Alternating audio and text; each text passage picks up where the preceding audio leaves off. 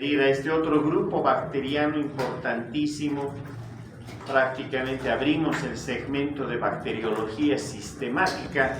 Ahora sí, empezando a revisar género por género y de acuerdo a las patologías agrupadas en los diferentes sistemas que vamos a ir revisando. El primer microorganismo es el que tiene que ver precisamente con el representante mayor de lo que conocemos en general como el género de los estreptococos o género Streptococcus. Es un género tremendamente importante, como ustedes van a ver. Cuando hablamos de estreptococos nos estamos refiriendo a microorganismos que tienen esa forma típica, ¿verdad? Por algo son cocos, estreptococos. Y cuando hablamos de cocos estamos hablando de aquellas bacterias que tienen forma esférica. No podemos decir redondeada porque a la microscopía les vemos redondeados, pero sabemos que eso no es real, ¿verdad? Si nosotros vemos la realidad de aquello que estamos, en este caso, coloreando y observando, en realidad son imágenes tridimensionales. Y en ese sentido, entonces, veríamos esferas, que en este caso son básicamente de carácter pictorial gram positivo. O sea, van a tomar esta coloración que ustedes están viendo aquí, ese color violeta o violáceo que caracteriza a las bacterias gram positivas. De hecho, cuando nos vamos formando como médicos generales en principio, lo que nos interesa es el poder reconocer bacterias gram positivas y bacterias gram negativas. Y un tercer grupo, como ustedes van a estudiar más adelante, el de las espiroquetas en general. ¿De acuerdo? Pero es interesante y es bueno saber quiénes están en el cajón de las bacterias gram positivas y quiénes están en el cajón de las bacterias gram negativas, además de las espiroquetas y aún de otras más a las que conocemos como bacilos ácido alcohol resistentes. Y esto simplemente porque gracias a ello uno puede incluso empezar a tratar, puede incluso iniciar un tratamiento desde la perspectiva empírica, antes de tener confirmación por laboratorio, o allá donde no tenemos ni siquiera la opción de laboratorio. Si yo sé que estoy enfrentándome a una bacteria gram positiva, tengo más probabilidades de acertar, no solo en el diagnóstico, sino básicamente en el manejo desde el punto de vista de la infección y poder resolver a favor del paciente. Y desde ya, ahora que estamos hablando de los estreptococos, estrepto es cadena. Y es eso lo que están observando aquí. Miren esas cadenas de cocos que precisamente cuando nosotros vemos la imagen general parecen a la manera de cuentas de un rosario, ¿verdad? Esa es la imagen más clara que ustedes pueden tener al respecto. En cuanto al tamaño de estos cocos, si yo miro uno solo, obviamente uno de estos tiene un diámetro de más o menos 1 micrómetro. Si yo deseo ahora comparar, siempre es bueno tener una imagen de comparación. Ustedes ya han visto en histología y con seguridad en biología en colegio lo que pasa con los eritrocitos, ¿verdad? En cuanto se refiere a imagen microscópica. Cada eritrocito humano que ustedes han visto tiene un diámetro de más o menos 7 micrómetros. O sea que esto es 7 veces más pequeño, cada uno de estos, que un eritrocito. ¿De acuerdo? Con ello ya tenemos la escala de observación perfectamente establecida. Lo interesante, por otro lado, es que estas bacterias característicamente no tienen movimiento. Son inmóviles, pero además no forman esporas. ¿De acuerdo? Ahora, si yo miro a estas bacterias desde el punto de vista de su fisiología, bueno, ahí tengo que ver que en todo caso estas bacterias trabajan con su metabolismo desde el punto de vista fermentativo.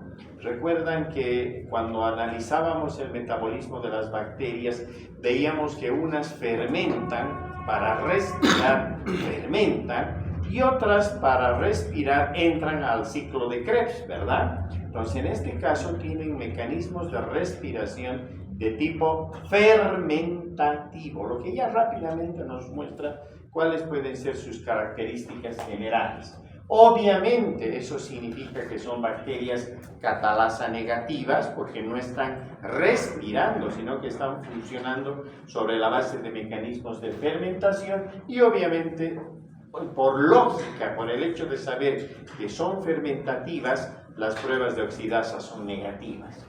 Son bacterias anaerobio facultativas o mejor aún, microaerofílicas. No necesitan grandes tensiones de oxígeno, sino más bien incluso necesitamos a veces enriquecer la atmósfera para que puedan desarrollar con una concentración ligera de anhidrido carbónico y con lo cual mejoramos las opciones para poder obtener el desarrollo de este tipo de bacterias.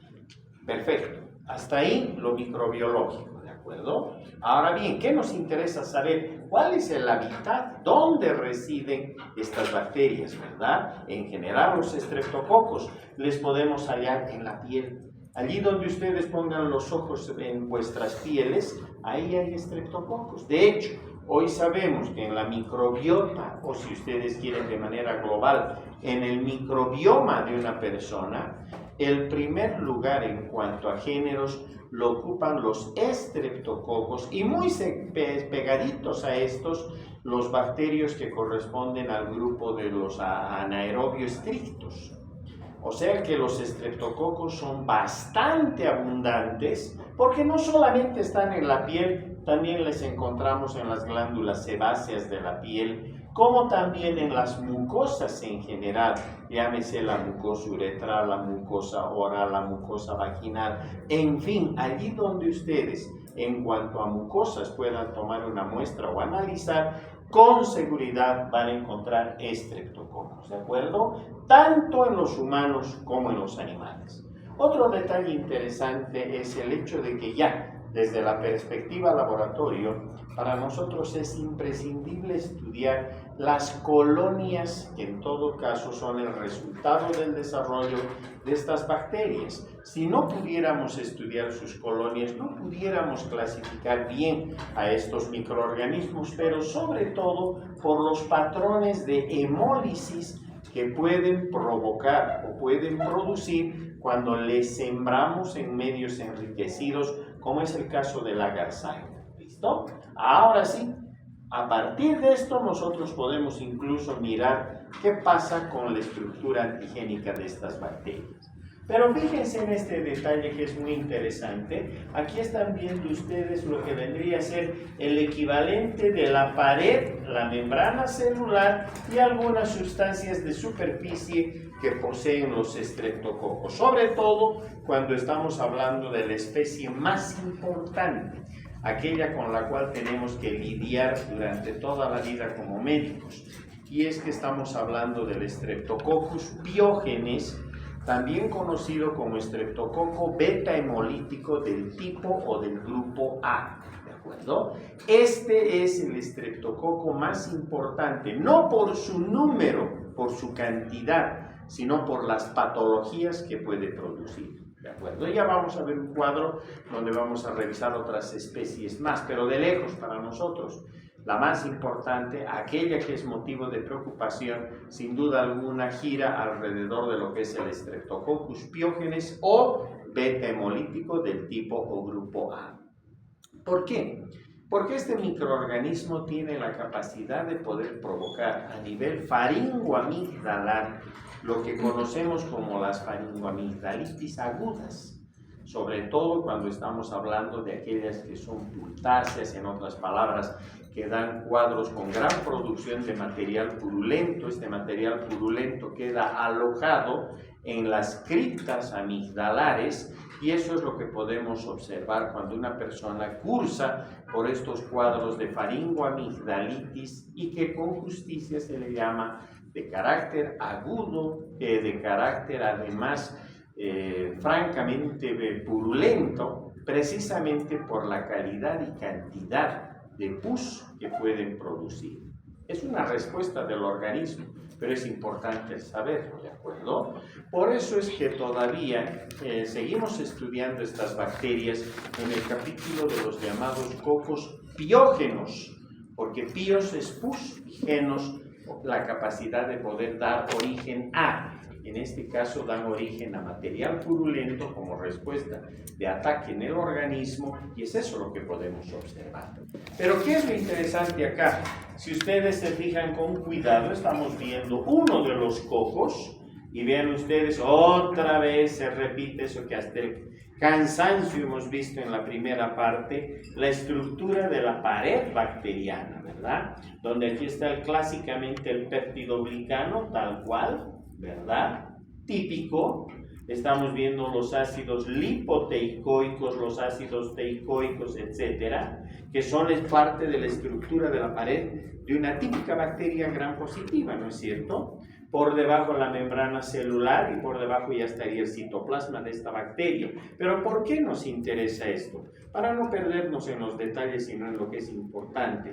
Para nosotros es tremendamente importante el hecho de que estas bacterias, fíjense estas estructuras, presentan pili, o sea, pelos. Vean ustedes. Y lo interesante es que estos pelos usualmente están recubiertos, ya sea por los ácidos teicoicos, o mejor aún, por la famosa proteína M. ¿De acuerdo? Esta proteína M es fundamental y recubre estos pilos. ¿Por qué se vuelve en un carácter importante esto? Porque toda bacteria que empiece a provocar un cuadro, en todo caso infeccioso, necesariamente tiene que iniciarlo todo con un proceso de adherencia. Tiene que adherirse a los epitelios allí donde posteriormente va a provocar el cuadro ya patológico como tal, la enfermedad, ¿verdad? Si no tiene un mecanismo de adherencia, esa bacteria no va a poder quedar fijada, en este caso en los epitelios, y se desprendería, pasaría y no sucedería absolutamente nada. En otras palabras, el primer paso es la adherencia de la bacteria y en este caso lo hace a los epitelios. Obviamente ustedes ya han estudiado histología, saben de qué epitelios estamos hablando cuando nos referimos a la zona faringoamigdalar, ¿verdad? ¿Cuál es el detalle aquí importante? Es que estas células, vean ustedes aquí, tienen unos receptores y estas son las que corresponden a los epitelios desde ya. Estas células tienen receptores. Estos receptores para estreptococos químicamente están compuestos por lo que llamamos la fibronectina. Y la fibronectina no es nada más que parte del citoesqueleto que ustedes una vez más ya han estudiado en histología. Esa fibronectina, que es la que se encuentra en los receptores, sirve para que estos pili, o sea, estos pelos, puedan, gracias a la proteína M y a los ácidos teicoicos que les recubren, puedan actuar como verdaderos ligandos y se puedan unir a los receptores y de esta manera se favorece la adherencia, o si ustedes quieren, estos estreptococos quedan fijados, adheridos a lo que son los epitelios. De no existir fibronectina en estos epitelios, no se podrían fijar los estreptococos y no se podría producir un cuadro infeccioso como tal. ¿Se entendió? Así que entonces, pregunta de parcial, para nosotros el receptor en las células, en este caso del hospedador de nuestro paciente a nivel faringoamigdalar, están representados precisamente por las moléculas de fibronectina, que no son otra cosa, hemos dicho, que parte del citoesqueleto de estas células y que desde ya sirven como verdaderos receptores a lo que vienen a ser los ligandos en los pili de estos microorganismos. ¿Se entendió? Listo. Al resto ni lo voy a nombrar todavía para no confundirles. Conclusión, entonces ahí están las proteínas M, a las que las llamamos también como antígenos M, porque son parte primaria importantísima en la pared de las bacterias. Aquí tenemos a los pili, que se prolongan, hemos visto, han visto que ustedes han podido comprobar a través de la cápsula de los estreptococos del grupo A y que hemos dicho están recubiertos o armados con proteína M y también recubiertos por los ácidos teicoicos, ¿cierto? Vean ustedes, esta es una imagen de dos cocos que corresponden a los Streptococcus pyogenes. obtenidos por microscopía electrónica desde ya. Estos detalles no los podemos ver con la fotomicroscopía compuesta convencional, ¿verdad? A eso no lo podemos verlo, pero es muy diferente cuando usamos la microscopía electrónica. Ya vean ustedes esta especie de cepillo, ven ustedes alrededor, eso es lo que corresponde a los pili o los pelos, que hemos dicho que son los que además caracterizan a la estructura antigénica de esta bacteria. ¿Listo? Damos un pasito más. ¿Por qué? Porque hay antígenos que se pueden detectar por un sistema que se llama The Lancefield. Ya vamos a ver más adelante incluso la fotografía de la bacterióloga que trabajó con esta estructura de la pared de estas bacterias. Porque resulta que esta estructura, químicamente hablando, corresponde a polisacáridos, y gracias a estos polisacáridos, hoy por hoy tenemos la famosa clasificación de Lancefield, en honor a la doctora Rebecca Lancefield, que además es ella la que descubrió o tipificó, estudió mejor a estos polisacáridos que se encuentran en la pared de estas bacterias, ¿de acuerdo? A estos polisacáridos se les llama carbohidratos C. Y cuando estudiamos la química de estos carbohidratos, nos encontramos que no habían tenido una sola estructura química, sino tienen diferentes estructuras químicas en cuanto a azúcares se refiere. Y gracias a este tipo de azúcares, hoy por hoy se conocen los carbohidratos que corresponden también a los diferentes estreptococos, por ejemplo, del grupo A, del grupo B, del grupo C, del grupo F y así sucesivamente. ¿De acuerdo? O sea que para hablar, les dije que el Streptococcus pyogenes tiene otro nombre, beta hemolítico del tipo o grupo A, ¿verdad? Para llamarle así es porque tiene un carbohidrato C, o solamente carbohidratos, si ustedes quieren para no confundirse, que está en su pared y que químicamente tiene una estructura por la cual le llamamos carbohidrato, en este caso, o si ustedes quieren polisacárido A. Otro tipo de azúcar corresponde al B, otro tipo de azúcar al C, otro tipo de azúcar al D y así sucesivamente. ¿Se entendió? Perfecto. Ahora bien, si nosotros estudiamos los hidratos de carbono, o sea, el hidrato de carbono C presente en la pared de estas bacterias, ¿qué es lo que me voy a encontrar? Me voy a encontrar con que gracias a los diferentes modelos de azúcares que existen, puedo clasificar a mis bacterias de acuerdo al sistema Lancefield, puedo clasificar en las del grupo A, las del grupo B, las del grupo C y así sucesivamente hasta la H.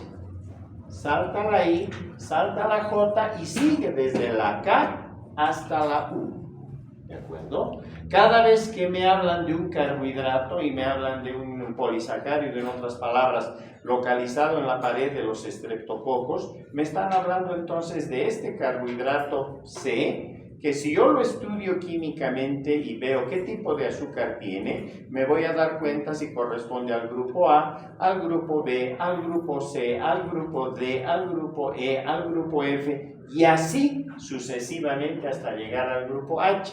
Luego salta, no hay I, J y vuelve otra vez a empezar en K hasta terminar en el grupo U. ¿De acuerdo? Ahora, nuestra ventaja es que para nosotros, en todo caso, solo interesan algunos de estos grupos. No tenemos que aprendernos toditos hasta la letra U, no hay necesidad, porque en realidad los que causan patología en nosotros están representados por el grupo A, el grupo B, el grupo C, el grupo F y el grupo G. ¿De acuerdo? Los otros todavía, por ahora, no nos causan patología. Están en los animales, en diferentes animales, o están por ahí en vegetales, no causando patología en humanos. Por ahora.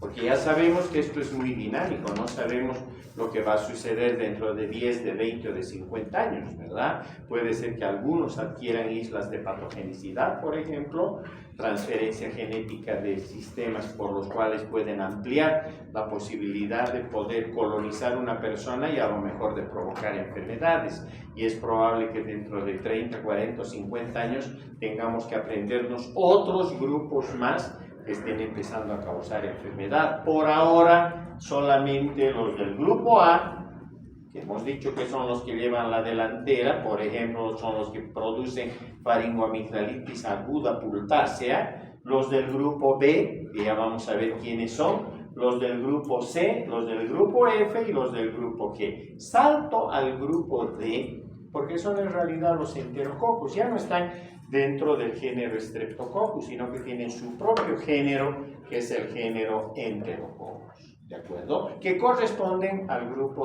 D de Lasfi, ¿listo? Y ya está, ya sabemos lo más importante, aquello que nos interesa. Antes, hasta el año pasado, les dábamos la estructura antigénica de los diferentes azúcares para cada grupo y tenían que aprendérselo y en el examen entraba eso. No, ¿verdad? No estamos formando microbiólogas, microbiólogos, eso no tiene sentido.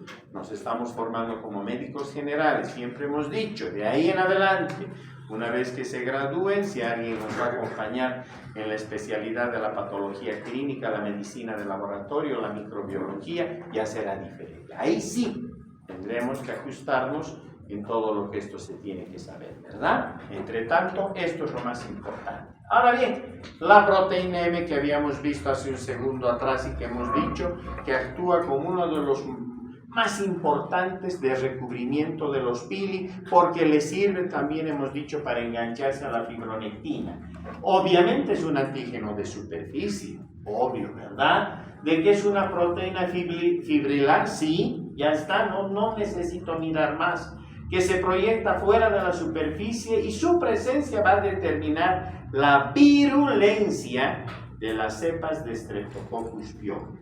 Mucho de lo que tiene que ver con la virulencia de esta bacteria tiene que ver con esta proteína M como tal, ¿de acuerdo? Son resistentes a la fagocitosis y a la muerte intracelular por los polimorfonucleares y por lo menos existen 80 serotipos que son distintos entre sí y que se catalogan por números arábicos. Nos podemos nosotros encontrar la proteína M1, la 2, la 3, la 4 y así sucesivamente hasta llegar prácticamente alrededor de las 80. ¿Listo? ¿Cuál es la importancia de esta proteína M? Es que induce reacciones cruzadas contra lo que conocemos como el sarcolema cardíaco humano. Es decir, para hacerlo más sencillo, a los tejidos a nivel cardíaco en los humanos. Eso de que inducen reacciones cruzadas ya nos están hablando, recuerdan ustedes cuando tocábamos los temas de inmunidad, hay respuestas de hipersensibilidad que hacen en este caso que las respuestas sean de corte cruzado. Y lo hemos de aclarar todavía un poco más. Adelante, Carol. Buenas tardes. Buenas tardes. ¿Por qué es importante? Decíamos, por las reacciones cruzadas. El sistema inmunitario arma respuestas a veces exageradas, que es lo que ustedes están estudiando en la parte de hipersensibilidad, ¿verdad? Y esas reacciones que son aumentadas, que son demasiado amplificadas, las más de las veces en lugar de ayudar nos perjudican. Por ejemplo, reacciones de hipersensibilidad donde sabemos de que se dan por complejos o inmunocomplejos, ¿verdad? En estos casos va a suceder este fenómeno. En otras palabras, esta proteína M químicamente es bastante similar a la química, si ustedes quieren, de las células cardíacas y obviamente en los humanos. Por lo tanto, si eso sucede así y hay una reacción de hipersensibilidad, toda la batería de anticuerpos se va a ir más allá del estreptococo, se va a ir sobre las células cardíacas y van a provocar daño, desde las válvulas cardíacas incluso hasta el músculo, hasta el miocardio inclusive. Y eso es terrible, ¿verdad? Porque una vez más, lejos de hacernos bien, nos está haciendo daño. Es una respuesta exagerada y lo peor, cruzada. Los anticuerpos son ciegos, no han estudiado microbiología. Por lo tanto, ellos van dirigidos hacia la química sobre la cual tienen que trabajar. Y en este caso, lamentablemente, no solo las fibras cardíacas en cuanto a músculo cardíaco, células cardíacas, sino también incluso la membrana basal de los glomérulos presentan respuestas cruzadas. Eso ya lo veremos paulatinamente en lo que va a ir por esta charla. Miren, por ello es de que sabiendo qué tipo de proteína M se está exteriorizando, pudiéramos a lo mejor ya adelantarnos a saber cuál es el daño que van a provocar estos Streptococcus pyogenes. ¿Por qué? Porque las infecciones cutáneas causadas por Streptococcus pyogenes corresponden a estreptococos que pueden presentar proteínas M49, la M57, la M59 o la M61.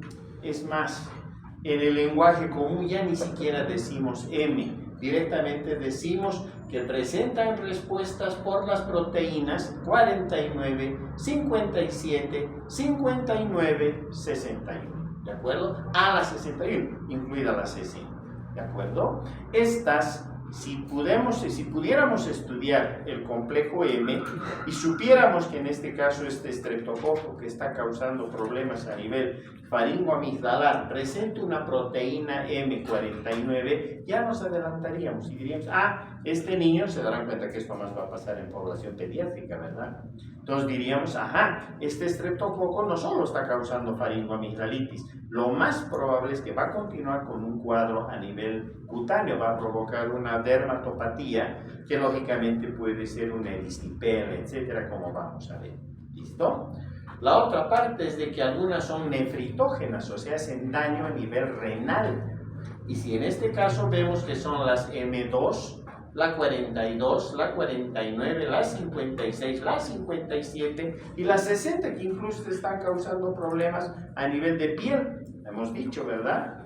No solo entonces pueden causar la faringoamigdalitis, el daño a nivel de piel o primariamente en piel, sino que puede haber un daño a nivel renal por los mismos inmunotipos que corresponden a la proteína M como tal, ¿de acuerdo? Otras inclusive se relacionan con infecciones faringias y asocian glomerulonefritis, que son la M1, la 4, la 2 y la 25, ¿de acuerdo? Esto, si bien tiene su valor, tiene una importancia bárbara, la pena es que si nosotros quisiéramos estudiar esta proteína M en nuestro medio, los medios o las posibilidades son muy limitadas. Son muy pocos laboratorios que eventualmente pueden ofrecer la opción de poder conocer qué tipo de proteína M está expresando esa bacteria. O sea que para nosotros esto se vuelve por ahora en algo bastante teórico, pero que le sirve. ¿Por qué? Porque en el examen para la residencia médica, para quienes avancen hacia las especialidades, sí les van a preguntar esto. Y porque en el ciclo clínico sí les van a preguntar cuando lleguen a cardiología, cuando lleguen a reumatología, etc. ¿De acuerdo? Dermatología inclusive. M1 y M3 y los tipos M12 y M28 elaboran lo que se conoce como la exotoxina pirógena, tanto la A como la B, que se relacionan con infecciones cada vez más graves. Ya vamos a ver de qué se trata esta exotoxina pirógena. Listo, eso era lo más difícil, lo más complicado. Ahora volvemos otra vez a aquello que nos interesa. ¿Tienen cápsula estas bacterias? Las de cuando hablamos de la especie Piógenes, o sea, el estreptococo beta hemolítico del tipo grupo A. La respuesta es sí, tienen cápsula.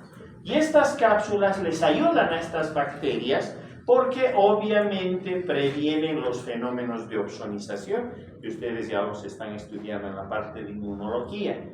Por otro lado, están compuestas por ácido hialurónico y no tienen la capacidad de ser inmunogénicas. O sea, no trabajan sobre el sistema inmunitario, dicho de una manera más fácil, no provocan respuesta del sistema inmunitario. No hay anticuerpos contra estas cápsulas. ¿De acuerdo? Hasta aquí se están dando cuenta que los anticuerpos están trabajando básicamente sobre la proteína M, ¿verdad? Los diversos tipos de proteína M, y vamos a ver también cómo pueden trabajar sobre algunas otras estructuras.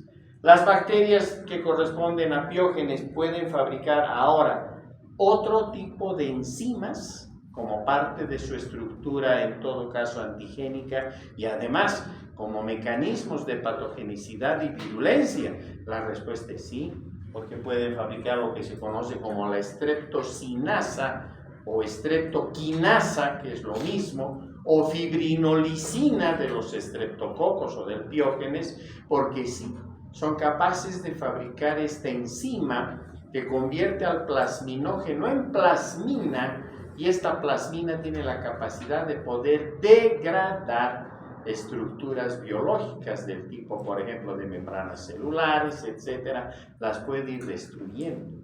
Lo que automáticamente nos está mostrando entonces que estos estreptococos tienen capacidad de invasividad. Si yo me infecto con estos estreptococos a partir de mi piel, pasan al tejido celular subcutáneo, o a partir de una lesión que sufro, pasan los estreptococos desde el punto de lesión al tejido celular subcutáneo, llegan a las fascias, avanzan hacia la musculatura.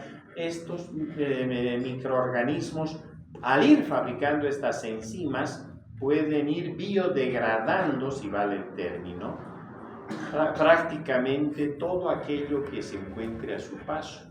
Pueden destruir, pueden trabajar químicamente sobre lo que es el tejido celular subcutáneo, pueden tomar capas profundas de la piel, pueden llegar hasta incluso la masa muscular y continuar su avance.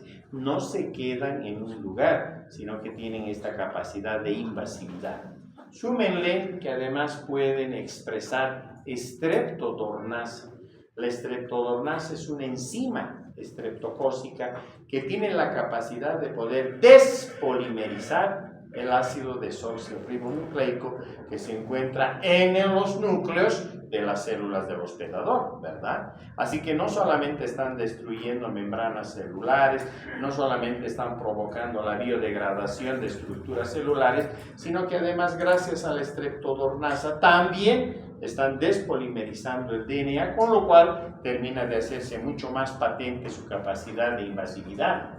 También fabrican una potente hialuronidasa.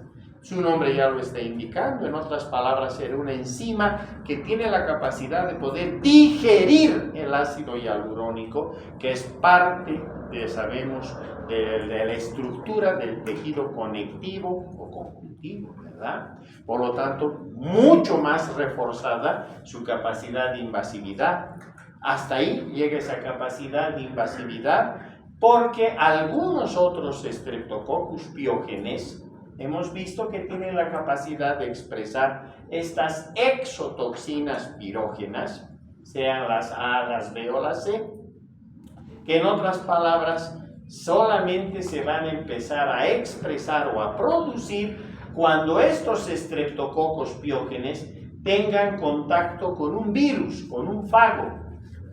Pero este tiene que provocar un estado de lisogenia, o sea, el material genético del virus tiene que integrarse en el material genético de la bacteria, y ahora sí, empiezan a fabricar a partir de ese momento lo que se conoce como el complejo SST, que no es otra cosa que una enzima, más que decir una proteína, que tiene la capacidad de poder provocar lo que se llama la fiebre escarlatina. O sea, que cuando vemos que además ese niño es diagnosticado por escarlatina, significa que en realidad lo que ha tenido es un ataque primario por Streptococcus piógenes, ¿verdad? Ha debido ser una faringoamigdalitis o un problema de piel, por una lesión estreptocócica en piel, y a partir de ello, si el estreptococo corresponde a los grupos que están ligados a la posibilidad de la producción de esta exotoxina pirógena, que eran el grupo M1, M2, M3, ¿recuerdan? Entonces, automáticamente, y si además tienen contacto con un virus, con un fago que provoque el estado lisogénico para que empiece a fabricar esta exotoxina, ahora sí, este niño va a empezar a presentar esas manchas rojas en la piel que caracterizan, entre otras cosas, a la escarlatina. O sea que la escarlatina no es una enfermedad eruptiva, no es como el sarampión, la varicela, etcétera, que las estudiamos en el paquete de las enfermedades donde son virus los que causan el problema. Acá es una bacteria. Pregunta de parcial, el agente etiológico de la escarlatina entonces es el Streptococcus pyogenes. Obviamente, si este ha tenido contacto con un fago que ha provocado un estado de lisogenia y a partir de esto se activa la expresión o producción de las proteínas del paquete SST. ¿De acuerdo? Pero no solo ello, también son capaces de poder expresar hemolicinas. Su nombre lo está indicando, destruirán eritrocitos, ¿verdad? Y entre estas tenemos, por ejemplo, la streptolicina o hemolicina O y la streptolicina o hemolicina S. Generalmente la S tiene que ver con los fenómenos de hemólisis en el agar sangre. Por eso hemos dicho que era importante sembrarlas en agar sangre. En tanto que las hemolicinas o streptolicinas O tienen que ver simplemente con la producción de la posibilidad de las hemólisis en el paciente, sobre los glóbulos rojos del paciente. Ahora bien, la streptolicina O, es una streptolicina fuertemente inmunogénica. Provoca también reacción del sistema inmunitario y por lo tanto la fabricación de anticuerpos. Si están los anticuerpos dirigidos sobre la streptolicina O, serán anticuerpos antiestreptolicinas O. Para no dar ese nombre tan largo, les llamamos ASTO, ¿verdad? Antiestreptolicinas o sea, ASTO. Y eso sí tenemos en nuestro país, en todos los laboratorios, las pruebas de ASTO que van a poder verificar el fondo inmunológico del paciente, si ha tenido o no ha tenido contacto con estas bacterias y si el tenor de anticuerpos está en un nivel normal o está demasiado alto. Si está demasiado alto, ya sé entonces que este paciente puede entrar en los problemas de hipersensibilidad, donde el daño ya no lo va a ejecutar pues el estreptococo, ¿verdad? El daño lo va a ejecutar el sistema inmunitario del propio paciente por una reacción, en este caso de hipersensibilidad por complejos hiperinmunes. ¿De acuerdo? Ahora bien, las hemólisis pueden ser alfa, beta. Generalmente, para las que estamos estudiando del corte de streptopiógenes, la hemólisis es beta. Por eso hemos dicho Streptococcus pyogenes o Streptococo beta hemolítico del tipo o grupo A. Todo lo que hemos hablado aquí está en lo que corresponde a las sustancias que pueden fabricar, las enzimas que pueden fabricar y las proteínas que también pueden fabricar y que son parte de lo que viene a ser su estructura antigénica. ¿Listo? Para que vean que todo está representado en una sola imagen. ¿Listo? Ahora sí, aquí está el grupo A, la conocemos, hemos dicho, esta bacteria en cuanto a su especie como piógenes, es el Streptococcus pyogenes. La hemólisis que causa en el agar sangre es beta, asociada a faringitis, faringoamigdalitis, infecciones en piel, infecciones en heridas, neumonías en tejidos profundos, síndromes por toxinas, donde está la escarlatina, y estas dos últimas que están asociadas a lo que llamamos metastreptococias o enfermedades provocadas por hipersensibilidad. El estreptococo ya prácticamente no tiene mucho que ver acá, sino el sistema inmunitario. Son cuadros patológicos provocados por reacciones de hipersensibilidad asociados a complejos hiperinmunes. ¿Qué está acá? La glomerulonefritis aguda, como también la famosa fiebre reumática. ¿De acuerdo? Esto van a estudiar ustedes en el nivel clínico, es casi todo un parcial en cardiología, porque todavía seguimos teniendo problemas de fiebre reumática en nuestros pacientes. Por eso es importante, ¿de acuerdo? Entonces, como metaestreptocosis, enfermedades que van más allá de los estreptococos, que están causadas por el sistema inmunitario, por reacciones de hipersensibilidad, por complejos hiperinmunes. Entonces tenemos a la glomerulonefritis aguda, como también a la fiebre reumática, ¿de acuerdo? Las del grupo B son las que corresponden a la especie Agalacti, es el Streptococcus agalacti. También tiene un efecto beta hemolítico en el agar sangre, provoca la sepsis neonatal, las neumonías, sobre todo en recién nacidos, las meningitis en recién nacidos y también procesos de osteomielitis. Generalmente se asocia a patología neonatal en recién nacido. La mamá está colonizada por esta bacteria a nivel vaginal, no le causa nada a nivel vaginal a la mamá, pero el bebé cuando pasa por el canal de parto se puede infectar y puede disparar una sepsis neonatal, ¿de acuerdo? Las del grupo C, la equisimilis también es beta, sobre todo da infecciones en heridas, procesos sépticos, sepsis puerperal, es decir, de las que han sido recién mamás. Por otro lado, cuadros de celulitis, no es la celulitis que nos cuentan las señoras que hacen ejercicios y demás, ¿no? Que dicen, ay, mi piel está de naranja, tengo celulitis, tonteras. La celulitis es la infección del tejido celular subcutáneo. Generalmente es letal, es agresiva, es terrible, porque la bacteria han visto que se puede desplazar. No hay nada que le frene el paso, ¿verdad? Entonces esos cuadros de verdadera celulitis son cuadros muy peligrosos. Los del D, hemos dicho, los sacábamos del paquete de los estreptococos porque en realidad corresponden a los enterococos. Ya los estudiaremos en un capítulo aparte. Y los del G son los que corresponden al Streptococcus anquinosus, que también dan reacciones de hemólisis beta y sobre todo se asocian a cuadros de faringoamigdalitis. ¿De acuerdo? Ahora bien, me olvido de estos porque los vamos a estudiar con los otros estreptococos, con neumonía, aplicados aquí a los que son del grupo Viridae. No olvídense de estos por ahora.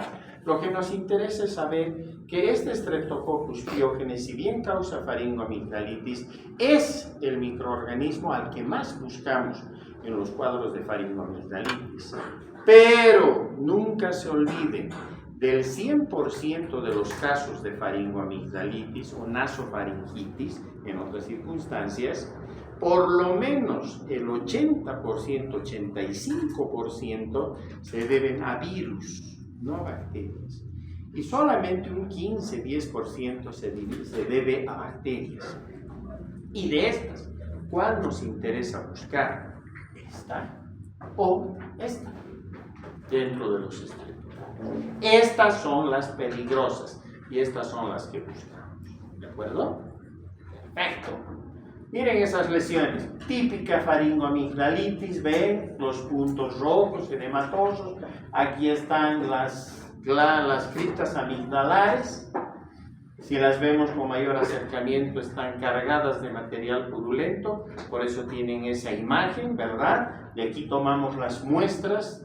Típica faringoamigdalitis. Probablemente el 80% de quienes estén aquí han pasado en su niñez por una infección de estas características. O el intertrigo a nivel de la piel, sobre todo asociada a los cuadros en los cuales hay ataque por estreptococos de la propia piel del bebé, y esto se puede asociar al síndrome de piel escaldada, como también los cuadros de erisipela en niños, que vemos a menudo, lo mismo que los cuadros de impétigo o de infecciones a nivel de la piel de los niños. Las características clínicas ya las verán ustedes más adelante en los segmentos correspondientes, en las áreas clínicas. Pero miren ustedes las lesiones que pueden provocar. ¿Listo? Ahora sí, en lo que es invasivo. Hemos visto que es invasiva, hasta aquí estaba en piel, faringoamigdalitis y pare de contar. Pero ¿qué pasa cuando estos Streptococcus pyogenes, hemos dicho, atraviesan la piel, llegan al tejido celular subcutáneo y continúan? Bueno, ahí tenemos la posibilidad de primero de que se trate de Streptococcus pyogenes productores de exotoxinas pirogénicas. Listo, escarlatina, ya está, ¿verdad?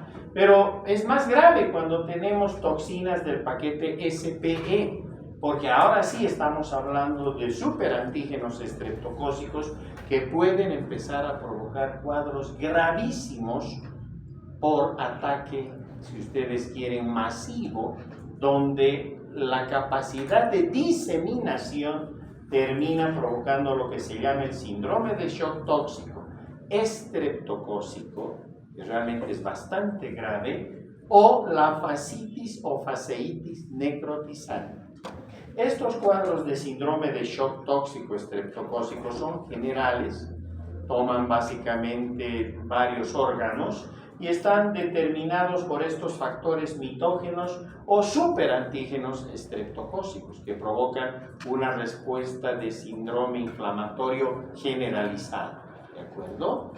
Por otra parte, la fascitis o fasciitis necrotizante es grave porque el estreptococo, con toda la batería química que han visto, va pasando desde la piel. Alguien se accidentó, se cortó o se lastimó con un clavo por ahí enrumbrado, o estaba nadando y ha sufrido en la piscina un raspón, y estos estreptococos pasan, atraviesan, en este caso al tejido celular subcutáneo, continúan avanzando y van a provocar un cuadro terriblemente complicado. Miren, así empieza. No se quedó en el punto de ataque, el estreptococo ha ido avanzando y ha ido prácticamente, en este caso, provocando digestión de todos los tejidos gracias a esas baterías enzimáticas que posee. Se añaden además proteasas, ¿verdad? Con eso tienen la capacidad de poder invadir sin problemas. Miren eso. En su tiempo, y hablo de hace unos 20 o 30 años atrás, a esta bacteria, el Streptococcus pyogenes, causante de estos desastres, se le llamó la bacteria carnívora, precisamente por esto. Tenía la capacidad de llegar hasta el tejido óseo, ¿de acuerdo? Las más de las veces cuadros que o provocaban la muerte de los pacientes o provocaban tremendos problemas, incluso difíciles de reparar, aún con cirugía plástica. ¿Seguimos viendo estos cuadros? Claro que los seguimos viendo. No los vemos a menudo, pero sí los seguimos viendo, ¿de acuerdo? Así que hay que estar preparados. Listo. Las metaestreptocócicas están dadas, hemos dicho, por la fiebre reumática a partir de la respuesta de hipersensibilidad, y para nosotros se asocian dos cuadros: la fiebre reumática y la glomerulonefritis aguda postestreptocócica. También la van a encontrar como glomerulonefritis aguda hemorrágica. Sí. Ahora, estas enfermedades no aparecen en cualquier momento. Tienen edades de presentación de corte epidemiológico. Se darán cuenta que estos cuadros por estreptococos más aquejan a población pediátrica, ¿verdad? Y las glomerulonefritis, así como las fiebres reumáticas, atacan muy pronto, usualmente entre los 9 y los 14, 15, 16 años de edad. Ahí es donde se va a producir lo uno o lo otro, ¿de acuerdo? Son cuadros a los que hay que prestarles muchísima atención en el país. Seguimos teniendo pacientes con problemas de fiebre reumática, como pacientes que han atravesado por glomerulonefritis aguda hemorrágica, ¿de acuerdo? Con que ustedes ahora se lleven el concepto de que estas son las dos enfermedades a las que llamamos metaestreptocócicas, o son que se deben ya no al microorganismo como tal, sino a las reacciones de hipersensibilidad de nuestro sistema inmunitario, pues ya hemos dicho todo lo más importante. ¿Listo? Quedó claro, ¿verdad? Listo. Para la toma de muestra, ya nos metemos al laboratorio y hacemos un tour por el laboratorio. Desde lo clásico, el hacer la toma de muestra faringoamigdalar. En prácticas vamos a hacer las tomas de muestra faringoamigdalares para aprender a tomar bien estas muestras, ¿verdad? hasta incluso las muestras que vienen a partir de tejidos. Las siembras, vean, esta es una beta hemólisis, no porque diga beta, sino porque se han sembrado premeditadamente formando una beta, es decir, una B de corte griego, ¿verdad? Y obviamente estamos viendo esa beta hemólisis que en haga sangre característica, ese color amarillo pajizo alrededor de las colonias, ¿listo? Mientras que esta es alfa, ¿ven? Típicamente verdosa, tiene una hemólisis de tipo verdoso. A eso es alfa, hemólisis incompleta. Aquí está más claro, esto es beta, aquí está la beta hemólisis, la alfa hemólisis verde y lo que mal llamamos gamma hemólisis, porque en realidad no hay hemólisis. A quienes estamos estudiando están aquí, los beta hemólicos. Esos que dan estas hemólisis totales, completas, con esos anillos amarillo pajizos alrededor de las colonias. La microscopía nos va a mostrar los coquitos gram positivos en cadenas, ¿cierto? Así lo hemos dicho. Y tendremos algunas pruebas de laboratorio que nos ayudan en bacteriología. Por ejemplo, el test de Maxted o prueba de Maxted o prueba de la bacitracina. Que a un desarrollo de streptococos, vean, son beta-hemolíticos, le ponemos un disquito de bacitracina y este tiene 0.04 unidades internacionales y provoca un halo que va de 14 milímetros para arriba, le consideramos positivo, y en tanto no se demuestre lo contrario, para nosotros ese es un biógenes, ¿de acuerdo? Eso es lo que van a ver que más hacen los laboratorios en Bolivia, los que hacen bacteriología. Porque lo otro, si recuerdan, sería romper las paredes de la bacteria, extraer el carbohidrato C y estudiar a qué corresponde, ¿cierto? Que ahora ya se hace más fácil por la biología molecular. Ah, pero ¿qué laboratorios tienen esa biología molecular? Casi ninguno, ¿verdad? En nuestro medio, si el laboratorio hace la prueba de Maxted, ¡excelente! Ya hizo mucho, ¿de acuerdo? Ahí está todavía más claro, ¿verdad? ¡Listo! O el PIR test, que también hacen los laboratorios en Bolivia, ¿de acuerdo? Si tienen la posibilidad entonces de enviar las muestras a un laboratorio de bacteriología, generalmente de hospitales, hacen Maxted y o PIR. El PIR va a ser positivo, como en este caso. Esta es una negativa, esta es una positiva, aquí está la positiva, aquí está la negativa. Listo, PIR positivo, eso es también biógenes en tanto no se demuestre lo contrario. O si estamos buscando el Agalactiae, el Streptococcus beta hemolítico del grupo B, ¿se acuerdan? Ese que provoca la sepsis neonatal que está en el canal vaginal de la mamá. Entonces hacemos esta otra prueba, que es la prueba de CAMP test. Esta prueba también la hacen prácticamente en todos los laboratorios de bacteriología de Bolivia, porque es muy fácil. Lo único que tengo que hacer es sembrar un Staphylococcus aureus y transversalmente le siembro el Streptococo problema. Aquí he sembrado uno y otro, ¿de acuerdo? Esta es una lámina, obviamente no es mía, es de la Sociedad Americana de Microbiología, porque la muestra bonito. La llevamos a incubar, es en agar sangre de cordero, sacamos la cajita a las 24 horas y miramos. Vean, el estafilococo aureus provoca hemólisis beta. Estos eran hemolíticos beta, por algo los estoy probando, ¿verdad? Pero miren lo que pasa con este. La hemólisis beta de este streptococo sinergiza con la hemólisis beta del estafilo. Se suman. Y al sumarse, miren lo que aparece. ¿Qué parece? Una flecha, ¿verdad? Entonces vemos flecha y decimos, ah, CAMP test positivo. Listo, estrepto beta hemolítico del grupo B. Y aquí no pasó eso. No se han sumado las hemólisis, cada quien está con su hemólisis beta y nada más. Este no es del grupo B. Este sí es del grupo B. Ahora, si estamos mirando A, es porque la flechita, el A, abajo decía, en el pie de página, A corresponde a beta hemolítico del grupo B o Agalactiae. Por si acaso, no se confunde, ¿ya? Entonces, este es un grupo B o Agalactiae y este no es. ¿De acuerdo? Aquí, quedó claro esto, ¿cierto? CAMP test. Y ahí está la doctora Rebeca Lansfield. Toda su vida la ha dedicado a estudiar estas bacterias y las ha clasificado, hemos dicho, en grupos a partir del carbohidrato C, pregunta de parcial. Y tenemos el A, el B, el C, todo lo que hemos visto hasta aquí.